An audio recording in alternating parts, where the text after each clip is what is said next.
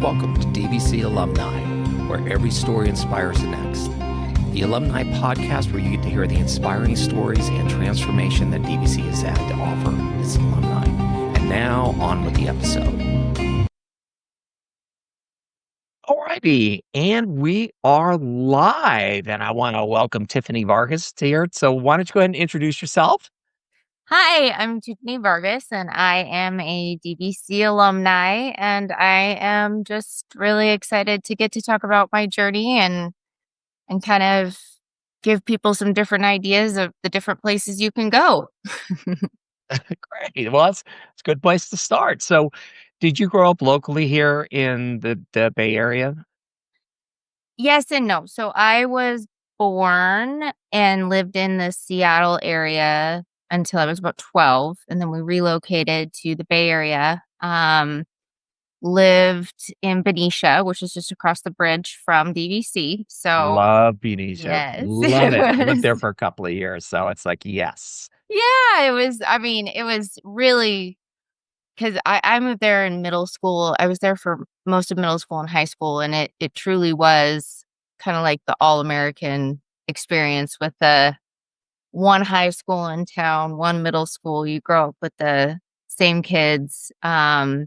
And then, you know, I think that Diablo Valley College was just something that was always second language to us. It was always ingrained because it was there, and a lot of people had either gone there or had siblings that had gone there, and so it was something that I was really familiar with. So it was kind of like that was it well, and again, you can almost throw a rock from Benicia to Yeah. DVC. So it's just yeah. And well, you also up there in Benicia, you have the Thursday night market. My wife and I love going to, and we go visit Auntie Mhm. Karen up there, and it's just I we love that town. So you ended up over here at DBC, and what was that experience like? I mean, you got enrolled, and I'm sure it was like going from Benicia is kind of almost slightly more advanced than a one horse town. You got more than one traffic Yeah. light, which is awesome, but it's a bit, you got that kind of move to, a bigger environment. So what was that like?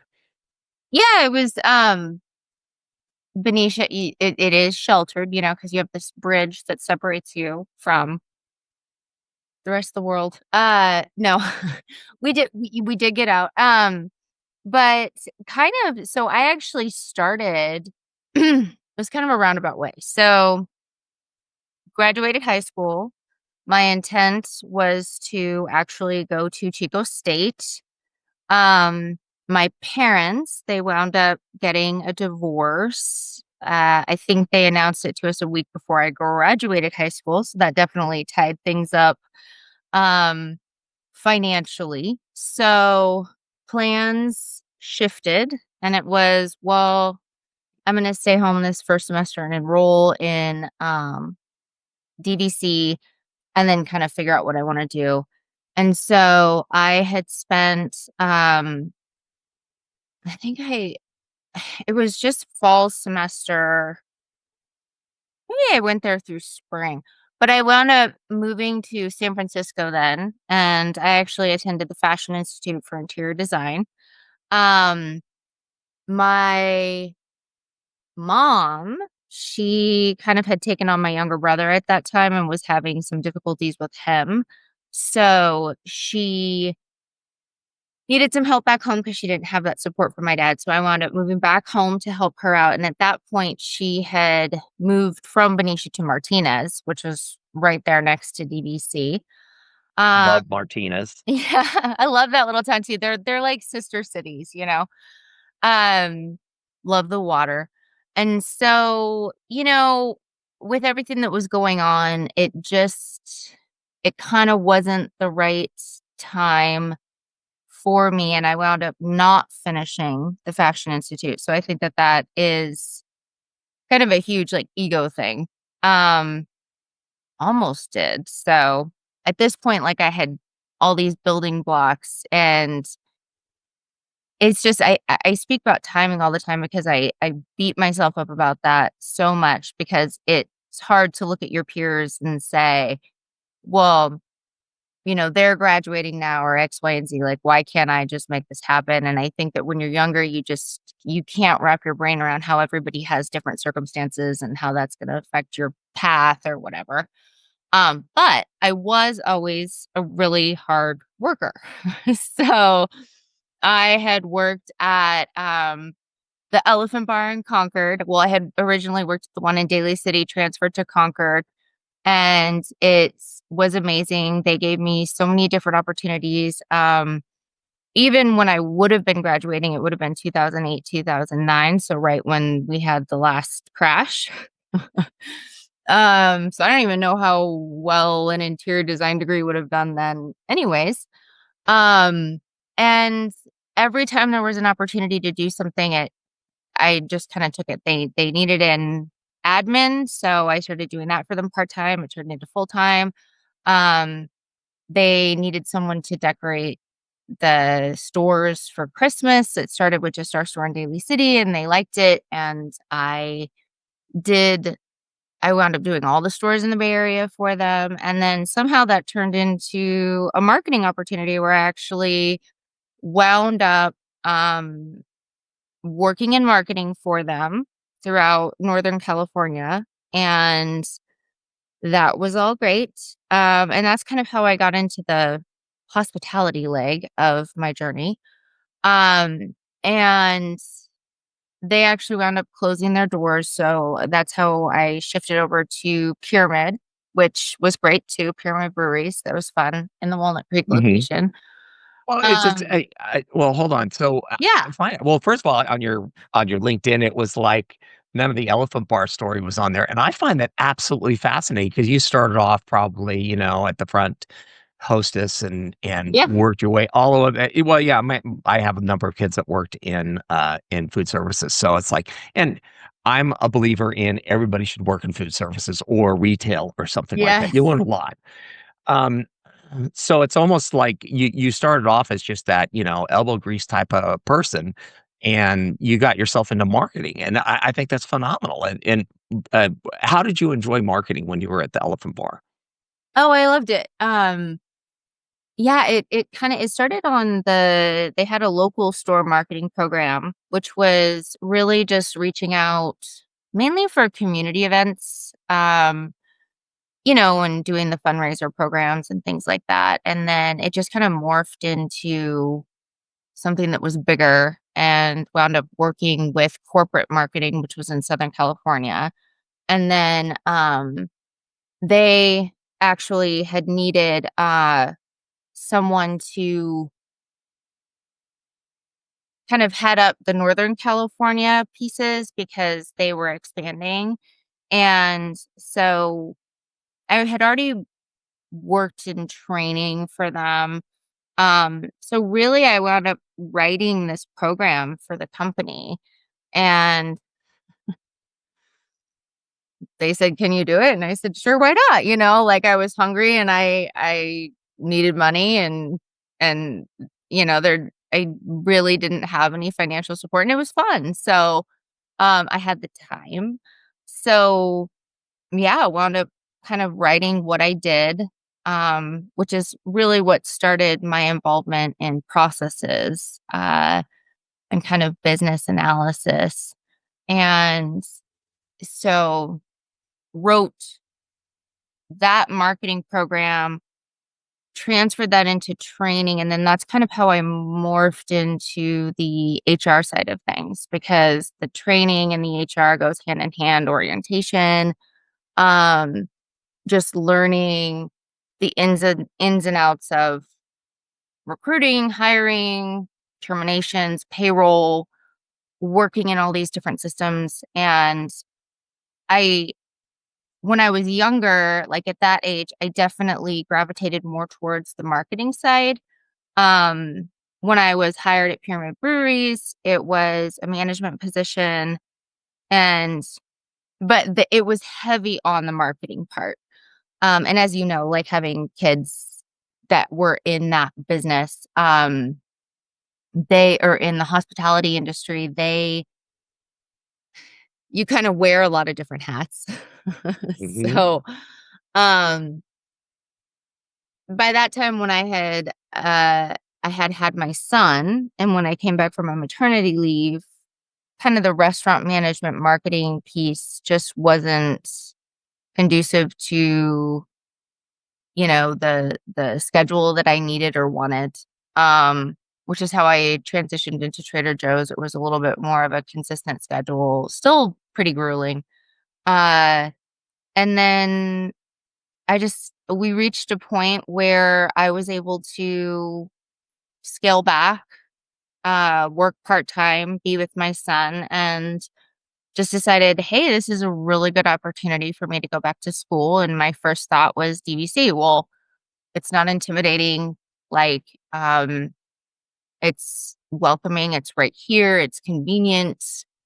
It's this great path to Berkeley, which was kind of the plan at the time. Um, and yeah, it was so in 2016, I went back to DVC. My son was about 3. Um, and it was great. I actually, the timing was right for me, and it felt so good to go back and have this time be successful, which is kind of why I was saying I always preach the timing of things. When things are going to happen for you, it's going to happen for you, and you can make that happen, but timing is everything. And you can't compare yourself to other people, because it doesn't mean that you're not going to be successful. If other people are doing things sooner or later, you know, I think that my biggest thing was learning to focus on myself and just being proud of myself. And once you let that happen, it turned out to be a really great experience. Yeah, I think your story to this point illustrates it's like life is so not linear. When we're young, it's like we think we're gonna do this, and then we're gonna this, and da, da, da, and, in the story I hear constantly, especially here at DVC, because I've gotten to talk to a lot of alumni at this point, and everybody's story is about how not linear it is. Mhm. It's like what is it? Life is what happens to you when you're making plans. Yeah. And well, and your story illustrates that. You went off, and for a variety of reasons, it didn't work out that you graduated from the interior design school. And which I know at the time when things happen like that, it's very disappointing and it's soul crushing. And, I'm such a failure. I can't believe it. And Yeah. then, 10 years later, it's kinda like, "Why was I so upset about that?" But the truth is, like, I get why it is. And it's not to minimize that, but it just is, again, life is so not linear. It's like, you know so you ended up here at DVC, and Did. welcome to DVC. Talk about that experience here at DVC. What was that like? It was great. Actually, I think that, like we were saying, timing is everything. And so by waiting for the right time, it was nice to kind of just really embrace it and make that my main focus. Uh, I I still remember going back and just being, things had changed. And obviously, when I had originally started college, it was, notebooks and pens, and then it was more laptops. But I didn't care. I learned, but I like my notebook and my pen. So, that's how I hand wrote my notes. And I think it was just a really, really cool experience, because one of the things that I quickly learned was, oh, well, half my professors are teaching at Berkeley too. So I'm getting a Berkeley professor here at DVC, and I get to, and, it's not like they change their content because it's DVC. It's just, they would just go back and forth between the two. And if I think one of the coolest things was picking their brains about how do you get to Berkeley, or how do you do this, or any UC. Um and and they're so welcoming, and then even the students, just really great. I We had found out that I was pregnant with my daughter fall semester right before I was going to transfer. So the Berkeley idea kind of changed because this was pre-pandemic when Berkeley wasn't as friendly to remote learning as they might be now. um, and so then I kind of shifted my focus on CSU East Bay, but it was pretty funny to be in these courses and be with these kids who ranged from like 18 years old to uh my age, and they're just embracing the pregnant lady in their classes, and it was really welcome. I don't know, it was just a really warm feeling, and everybody was so encouraging of, you know, just really, really good memories. Yeah.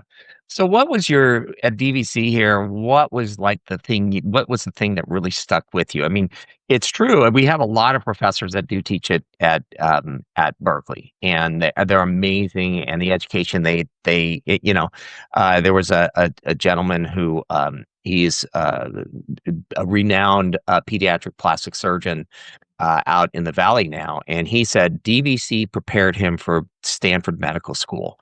UC Berkeley did not. And I still carry that quote around. I've got to pull that quote and throw it up someplace. But it's like, again, what was your memory? I mean, how did DVC really get you ready for moving on? I mean, besides embracing the pregnant lady. The pregnant lady, yeah. No, it was, I think the classes, they can be large, but they are smaller. So it's more personalized individual attention. You get that one-on-one interaction with your professors, which is really, really, I think, detrimental to success, especially if you are in a group where, you might be unsure about continuing your education, or it's a really safe environment. And I think, like, I loved my sociology professor, Professor Ratchford. She was amazing. I think I took 4 of her courses, and she kind of was the one that set me up to, well, you can go on to do sociology or human development, and it can break off into all these different paths.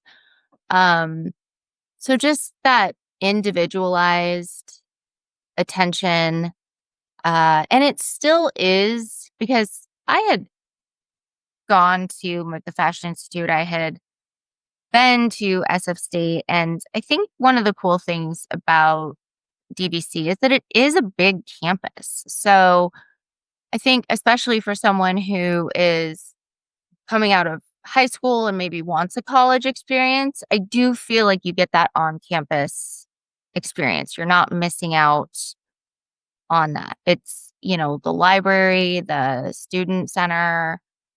It's it really is just a cool place to be. Uh so I guess if people are worried about missing out on that quote unquote college campus experience, I do think you get that with DVC and the professors. And I do think that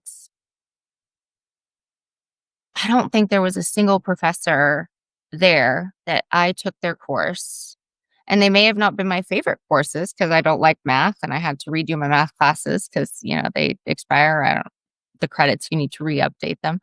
But they all truly care about the well-being of, at least for me, of their students, and they want to see them succeed, which I think is really cool. Cool. Yeah, and that is kind of the overall arching culture here at DVC is just like you matter, you as a student, as an individual matter. So you went on from DVC, you go to Cal State East Bay, Mhm. and let's you go on. You're into okay. And now I'm fast forwarding a little bit because it's just some of this is like I'm going. Wait a minute, we got to chat a little bit.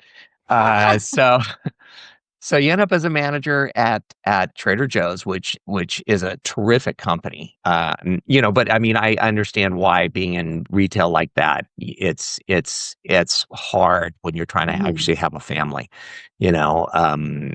and you did your HR consulting thing for a while. What was the process of getting into that? Yeah. So that was actually kind of interesting. I left Trader Joe's Just because and it is a wonderful, wonderful company. It just wasn't my thing. And it kind of, the whole consulting piece kind of happened on its own. I'm sure like you kind of don't expect to fall into consulting, and there was, or there are a lot of businesses in Martinez and Benicia. My aunt owns a coffee shop, where they're little cafes or little restaurants, and they don't necessarily need an HR person or even an administrative person to have like continually, but they need that help getting started up. And so it just kind of worked into, or it was the connections that I previously had, like people that were venturing out and opening their own restaurants or cafes or retail spaces. And they would say, hey, I need help setting this up. These systems, you've worked with Mike Roast Toast, like, all these other things. You've been in HR.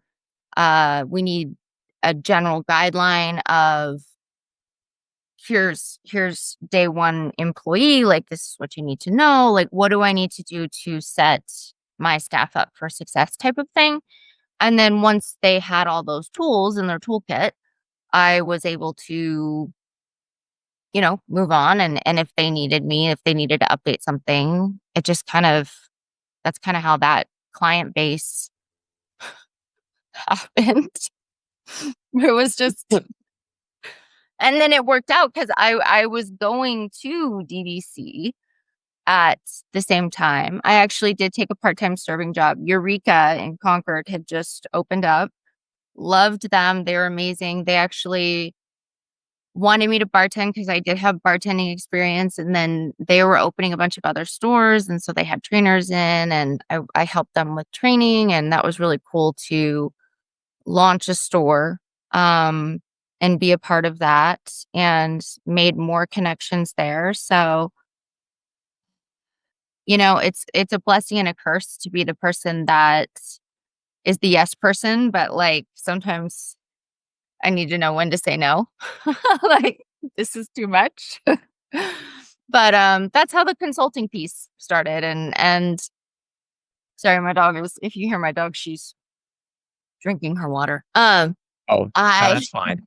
I'm like, that's kind of a weird This is a very organic podcast because it's just like it's got all those things in the background. People take a drink of water, and it's just all of it stays in unless something somebody has a heart attack or something. So Yeah, we don't want that. no. So a little bit. I find it interesting. I mean, I get the whole thing about because it's easy to say yes, and then you have to develop boundaries. Because Mhm. it's then you find yourself. It's like, oh my gosh, I got no time for me. Um, but I love the piece about because you develop the skill of being able to basically open a place and Mhm. processes. And it sounds more like you're more entrenched in process, and HR just happens to be how you manifest that, you Mhm. know. And then um, and so as a result, it's like people see this as your kind of your golden wand, that you can wave over a place. It's like, look, here are the things you have to do, and I get it. Also, I mean, as a small cafe and stuff like that, they're not going to be able to hire somebody to take care of their stuff that's going to keep them from getting sued. Yeah. So it's just it's but if they could bring somebody in once in a while, it's money well spent, especially if they have that expertise in it. So Mhm. you get through the consulting gig, you end up um draw the line for me. End up going to support specialist too. So I'm just well, that's the whole reason that I wanted to talk to you. Is like I'm kind of going. I love this because it's so not linear. Yeah. I mean, I can see a theme going as you kind of explain it, and then I'm like, okay, I kind of get that. But so you go from independent contract, consulting, and you've got this consulting firm, which I think is super awesome. I mean, it's such a need that I mean, now, many years later. there's apps that'll do a lot of it, but I don't think Mhm. it has that personal touch. Whereas, you can come into your aunt's coffee shop, which we'll have to talk later about where that one is because I'll go visit. Yeah. Um, but but the thing is that personal touch because there's a lot of stuff you can find when you know what you want to look for, Mhm. as opposed to the owner who they're so, they're busy, ordering donuts or ordering this or ordering that, that it's kind of tough to tell. So, what brought you to child support specialist? Again, that's, I think it was a bit of just adapting to new circumstances. And to be completely transparent, it was that I knew that I was going to be finishing with my degree in human development, and the child support office was located in Martinez. So it's 5 minutes. It was 5 minutes from my house at the time. And I knew that working for the county or the government, your schedule was really consistent. And it was kind of one of those things where I had heard that you don't get hired right away with the government. So I said to myself, well, I'm going to start this journey now so that by the time I graduate, maybe like they will. Are you good? I know. Did the water go? No, it's okay. We're You're good. fine. I just want to make sure you didn't need a break. I had that happen to me the other day, and it's like the worst feeling. You're stuck on a meeting. um, so I'm glad you're okay. Um, but yeah, so it's and this part of the story is really actually crazy. So I applied, and I wound up getting the job, and so I started that in 2018 because I was there for 2 years, yeah. And so I was like, "Well, I don't." I still had a year of college to finish, and I had a 2-year-old at home and a kindergartner. I was like, "Well, I guess it's 5 minutes away, what are we we're gonna make it work." Um And so I took the job, and one of the things about the county is they do have a very strict probationary period for 1 year where, you gotta be minding your P's and Q's, and, you're not encouraged to take vacation time. Like, the schedule is great, but it is, you gotta prove your stuff because once you're tenured there, it's they just wanna make sure the right people are there. Um, so with those limitations and finishing my last year of my degree, actually, it was 2019 because then this lovely little thing called a pandemic happened. So I was finishing my bachelor's remotely, at East Bay, working remotely for the county, um, and they, because we were forced into it, all of a sudden, my kids are all at home, and I truly I don't know how I really don't. My husband was laid off, um, from the pandemic, and so and California is extremely expensive, and I know we had talked about earlier, kind of, well, what brought you to Las Vegas? It's not ideal being in a 1,200 square foot house on lockdown with 2 children under 6 years old, a husband who's not working and trying to work securely from your bedroom. And so at that moment, we had started looking at other options because I had told my husband that in 2021 was when we moved to Las Vegas, and I had said, I want to be in a position where if we lose an income, our children are not going to suffer, and that's just not possible in the Bay Area. Like, unfortunately, the ship has sailed for us. So my cousin lived in Las Vegas. You know, I think everyone pictures you living on the Strip, and we're actually like 30 minutes from there. So we're more northwest in Summerlin. Gorgeous area. Actually, it's where Sony and Warner Brothers, they're starting to move their studios over here. So it's just kind of a really cool place to be right now. I never thought I would enjoy the desert, but if you're in the right, I don't leave my little bubble a lot unless we're going to baseball tournaments. And so that was kind of how I got into child support and what brought me to Las Vegas in my very non-linear resume. So, well, and yeah, and again, it's the life is what happens to us when we're and I know for just about everybody is, the pandemic uprooted almost everything, whether it was where they lived or kind of how they interacted or what they did for work. And, whole industries have gone away. I mean, there are no more toll booth workers. And Yeah. I know, decades ago when I was actually commuting from Pleasant Hill to Benicia over the bridge, and I had my little ticket, on a motorcycle, I had my little ticket book in my The pocket, ticket books, Well, yes. yeah, because it's I like remember that's it what you did. too. Yeah, and it was like that's what I did. I mean, gosh, that was, back in the early '80s, Mhm. and I love that job. That was and again, Benicia's awesome. But it's, no more toll booth workers, and there's a lot of industries that have just evaporated because it just, there isn't a need anymore. Um, so you end up there. Now, did you guys just like pull up your tent and like move there and just, so, uh, or did you like reconnoiter a little bit or?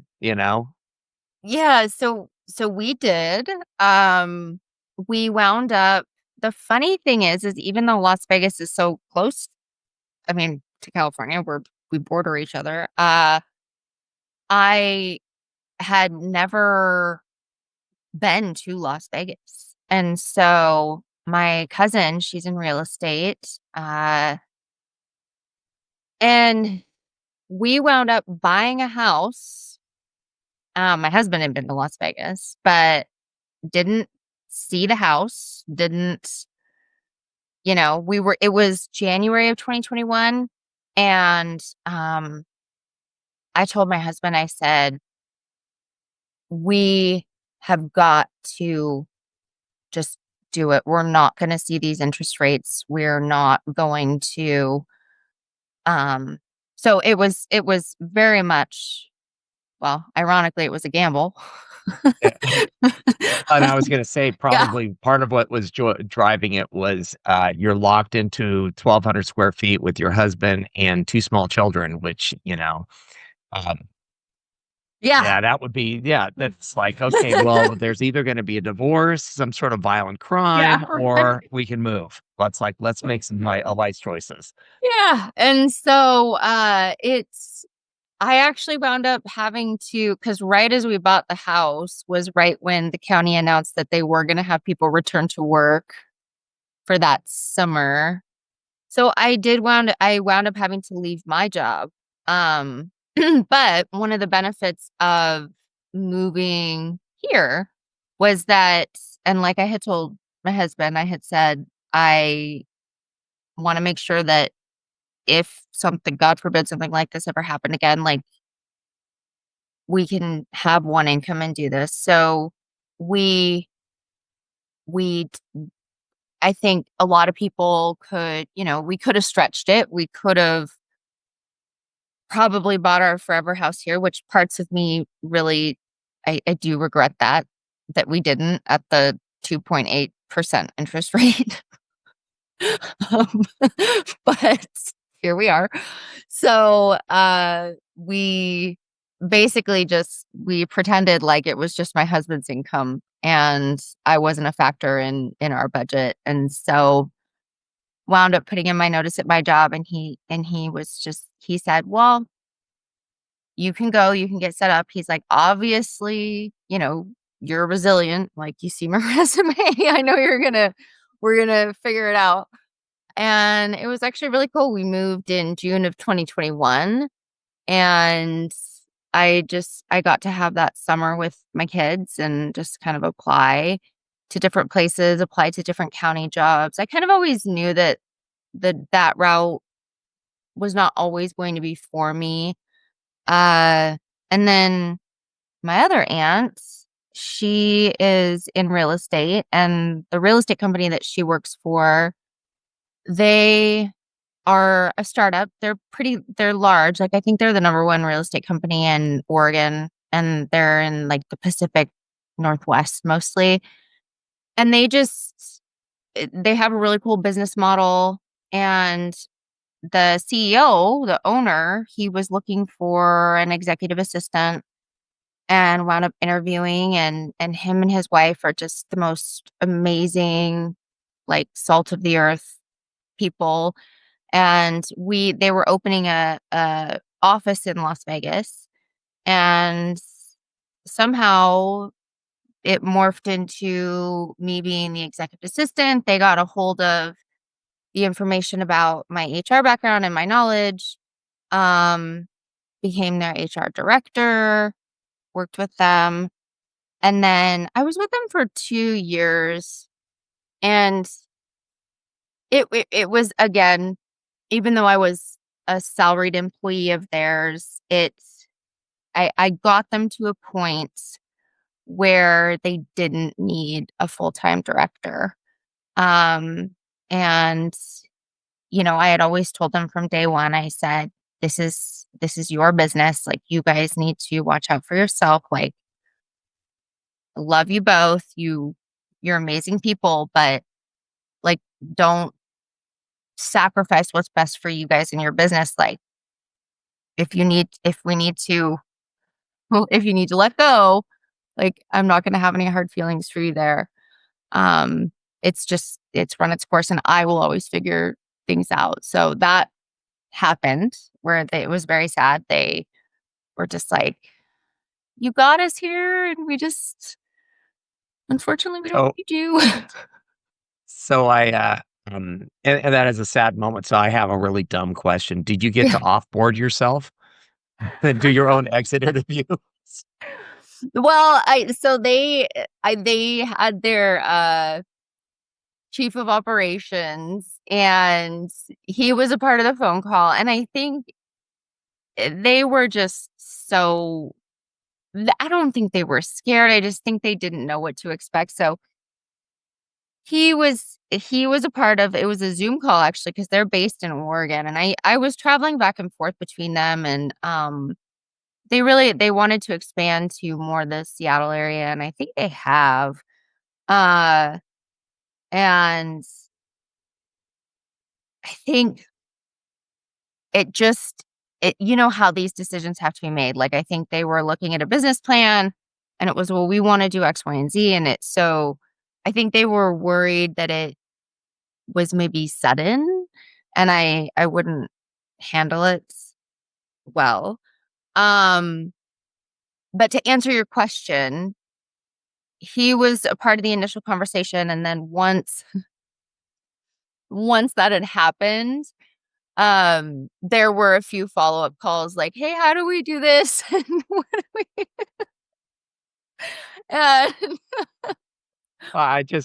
and I just had I was like, "Here you go. Here's what you do."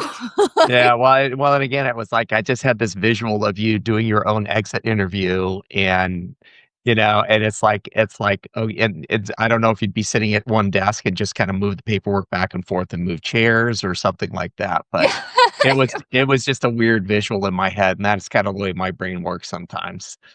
But They had Well, done and a it sounds few layoffs, so I had made them a part of the process, so they knew how to do it. But yeah, it was interesting. Yeah, it was. yeah, well, and yeah, it's just I've always wondered how, it's like, okay, so anyways, so now you're over here at Boyd Gaming. Yeah. Let's talk about that. So that's pretty amazing too. I love where I am at. What happened with that was I think I was laid off the end of April of 2023. Um, Went on LinkedIn and just kind of started combing through different things that I wanted to do. I initially thought, well, maybe I'll go back into consulting, definitely have more connections now. I was working on my SHRM, studying for that, so I took time. I still need to take the exam, but I got Okay, hired at this new place.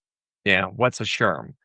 So it's a certification so it's the Society of Human Resources, and it's you basically get to put letters after your name. Um What? it says things.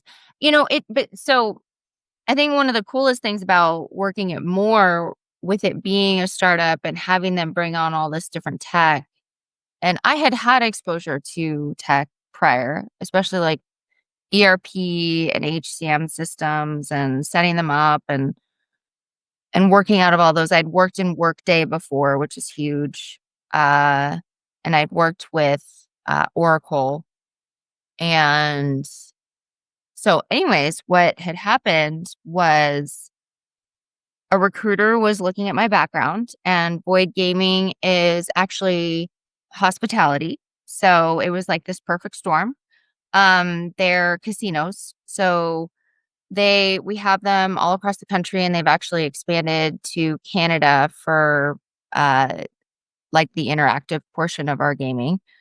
And they were in a position where they had acquired a couple of other different companies. They were working out of 3 different ERP systems, and they wanted to consolidate. They needed to select an ERP system, so an enterprise resource planning system, and their HCM, so human capital management.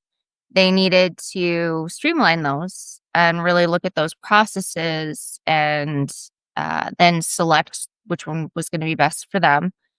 And they needed someone to do that. And it was interesting because they were hiring for IT. So technically, I'm in IT now. And at first, that was new to me. The tech portion of it, I've always been good with systems, and like you picked up processes. So, um, you know, the recruiter said, "Hey, I think you can do this." And I said, "Well, I don't have like an IT background." I said, "I'm very familiar with these systems. I know the processes. I know what needs to be done to start something up and like what they would need to select." And she's like, "Well, just interview, just see." She's like, "'Cause they really don't, they're not looking specifically for an IT person. They really want someone who can be a bridge between HR, know those HR processes, and bring it to the product side with IT." Um, so for And I wasn't aware of, like, all the different areas that you could go into in IT. I mean, I knew that there was a lot of them, but I wound up going into the product side because that was the side where they were selecting, um, this new ERP system, and they wound up hiring me as a contractor. So I I wasn't too sure about that, and when I was talking it out with my husband, he said, "Well, just try it." And I said, "I don't even know." I said, "IT? Like, I just." He's like, "Well, you've figured everything else out. Like, why wouldn't you try this?" And so I was like, all right, shoot, like I'll do it. And it was pretty great. So I think I started, it was the beginning of June, and there was going to be 90 days as a contractor. And then I think I hit my 90th day and they brought me on full time as their employee. Uh, and I had actually worked before we selected the ERP project. They had needed to upgrade a bunch of other HR platforms. Wound up helping them with that. So like our applicant tracking system, there's our security and background system. I helped them implement that. I had worked in benefits prior, so we had switched over like our HSA, FSA benefits partners. And then while all that was going on, we did select our ERP, which was Workday. And Workday by far was huge. We have about 19,000 team members that we were bringing everybody together. So we did bring in a consulting firm, PwC. So that was the first time that I was with a company that was large enough where we got to work with these consultants and get to see that side of it and just really scope everything out. Our timeline was very aggressive. It was 9 months, and usually projects like these can take a year and a half, 2 years. Uh, and we went live on March 28th, and then we're actually finishing hypercare next week. And we've, knock on wood, we've pretty much hit all of our deadlines. There's always kinks you got to work out, like in the end. But it's been a really awesome team to be with. And one of the cool things is when I started, when they hired me, I was on the product side. And then about a year ago, actually, that was really scary because there was some layoffs, and I was like, "Oh God." And it was like April. And I said, "Oh no, I can't." Well, they actually wound up moving me over to a different team, which is the business application support side. And at first I didn't, the move made me nervous. But now I'm fully embracing it because now that we're live with Workday and now that we have all these new systems, I'm on the support side. So I got to kind of kick all this stuff off, and now I'm learning how to support it and carry it on. And my manager now, she's just amazing in my team, and the mentor that she set me up with, where I had all these fears that I wasn't going to succeed in IT, like they're really making it happen for me. So it's a really cool company. It's been a really cool experience, and that's where I am today. Yay! Yay!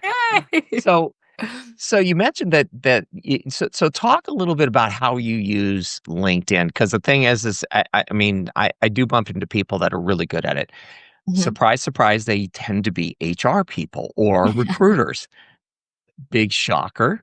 That was sarcasm, by the way, just for anybody not watching. Um, well, but the thing is, and I think I mentioned before we started one of the things that just I have a pet peeve about not keeping stuff at least fairly current on your LinkedIn. If you're going to use it as a tool, use it. When Mhm. people have like 16 connections and they're posting job updates and stuff, and it's like, who are you talking to?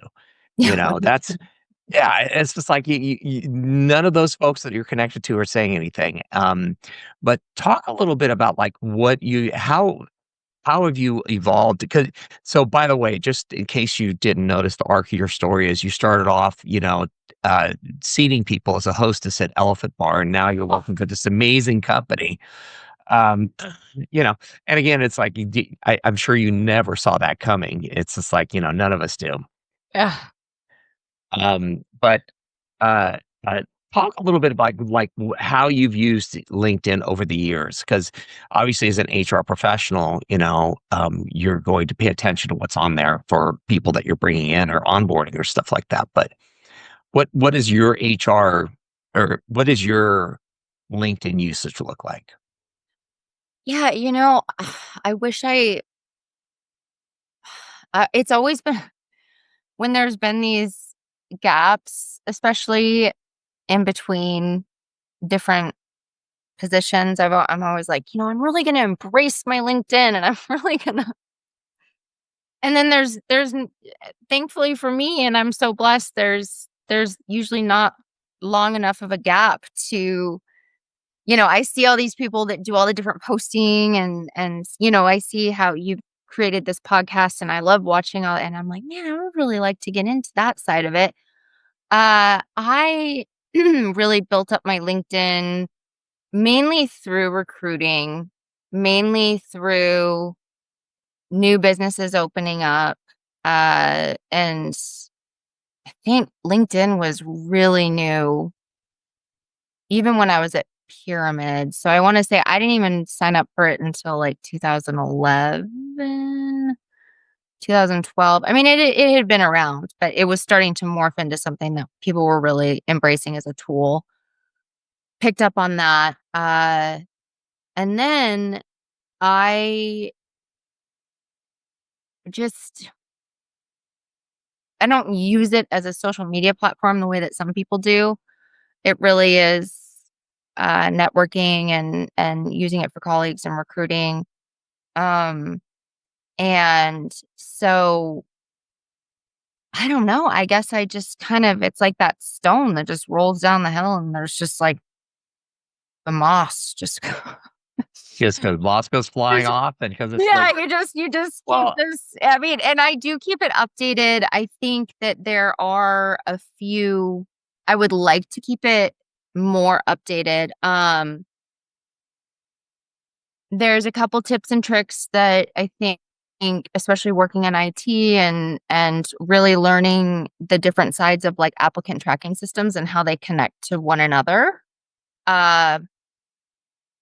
Now LinkedIn really just cares about your keywords and how you're tagging them, like in your work history. So, and recruiters are moving through things so fast that you really have to know how to edit that down. AI has really changed the format of it and how it connects to these applicant tracking systems like Workday. So I think right now I am really more or less looking at how it's evolved. I mean, I have my connections. I still keep connecting with people. And one of the things that I do think is important, like you say, is at the very least, tag your accomplishments in that work history so that you're searchable and, make those connections. And I think that, and I now that we've finished this Workday project, I really have to get on there and start writing my recommendations for like even the PwC people and the different contractors that I worked for, because building those connections is what is going to help you if you do need to find another job, or if unfortunately you're laid off. Like, I think people think it's as simple as, like you said, just making a post like, hey, I need a job, and everybody's just going to come to me. And no, it's really like hitting the pavement and reaching out to individuals. And so I think that first and foremost, it's important to not burn bridges and build good relationships. Like, you don't always have to like everyone, but you gotta. yeah, yeah. Yeah, you gotta. I work with a lot of people, and over the years, and I don't always like all of them, but I'll work with them I'll work with and them. be Yeah. rude. So it's just, yeah, yeah. Well, I think one of the things that the important part of it is because LinkedIn's algorithm is always changing, and right now I'm always in the middle of trying to figure out what the thing is to get, because I'm looking for engagement with the alumni association of my LinkedIn. But for one of the things I think is important that you brought up is it's the continuing nurturing of those connections that you've invested time in. So like, for instance, you have all these people that you've just recently connected with, and see now I'm looking at, I think about mine. I'm like, oh, I got to get out there, and I'll have the summer to be doing some of that stuff. So we'll be connecting, Yeah. or we're already connected. But to your point, it's about the working the connections, and it's like making them fresh, and it's like reminding them that you're out there and stuff like that. And that is often what recruiters do is on a regular basis is they go out there and they're very intentional about what they do with their LinkedIn. And it sounds like, well, I mean, it sounds like you've almost intuitively known what to do with it. Um, so if you had to go back, I didn't tell you about this part. So this is the tough question. So if you had to go back and give your younger self piece of advice, what do you think it would be? Don't be so hard on yourself. Like, I think I wouldn't say that I'm a controlling person, but y- y- you're not gonna figure out how things are gonna unravel. So just enjoy the ride. There might be parts of it you don't like. Make the best of it, but you'll get there and take. If you want big rewards, you got to take big risks. Like it's not gonna happen for you if you don't just get up and do it. Like I could have stayed at Trader Joe's and had probably a great career. I don't think I would have been fulfilled, so took pay cuts and went to DVC and, maybe some people had their opinions about that, but I'm totally fine with how it worked out and I love where I'm at. And that wouldn't have happened if I didn't stop being hard on myself and if I just didn't accept the ride. So, Oh my goodness. I think that's a phenomenal. Well, and you're the first person I've asked that question of that answered it immediately with an answer that. So I'm actually very impressed because usually people go, I don't know. And it's just like, I agree. I mean, that was a hard lesson for me to learn is just, mhm, it's gonna be what it is, mhm. and it's just, put the little bar down for the ride, the little restrainer bar that keeps you in the ride so you don't fly out. Hang on. And well, and the thing is, I tell people all the time, it's just like, "Oh, this sucks." It's like, "Yeah, but I've survived 100% of the disasters I've had up to this day." Yeah. So, it's like, my success rate so far has been pretty good. But, well, cool. Well, I think we'll end there. This has been fantastic. I thoroughly enjoyed this. Yeah. Hang on a second. When we're done, we'll just wrap it up. But again, I wanna thank you so much for coming on. It's been very insightful, and it's I get why it is you moved to Vegas. It's like, not because Vegas is the most awesome, because it's just like, yeah, all right, we gotta, especially being locked in a box with a bunch of people that, yes, I love them, but right now I'm not sure I like them. Right. Which is you get like a toddler and a 5 or 6-year-old, clanking around, and it's like it can be pretty tough. Mhm. So, all right, well, we will end it here, and, and this will be out in a few weeks, I think, and, thank you very much for being here. Thank you for having me. Yeah, and we'll stay connected on LinkedIn and whoever gets to see Absolutely. this, don't be afraid to follow me. Thanks. Thanks. Thank you for tuning in to DVC Alumni, where every story inspires the next, the podcast for the DVC Alumni Association. You can contact us at alumni@dvc.edu with any comments, and be sure to leave a like and subscribe to our podcast.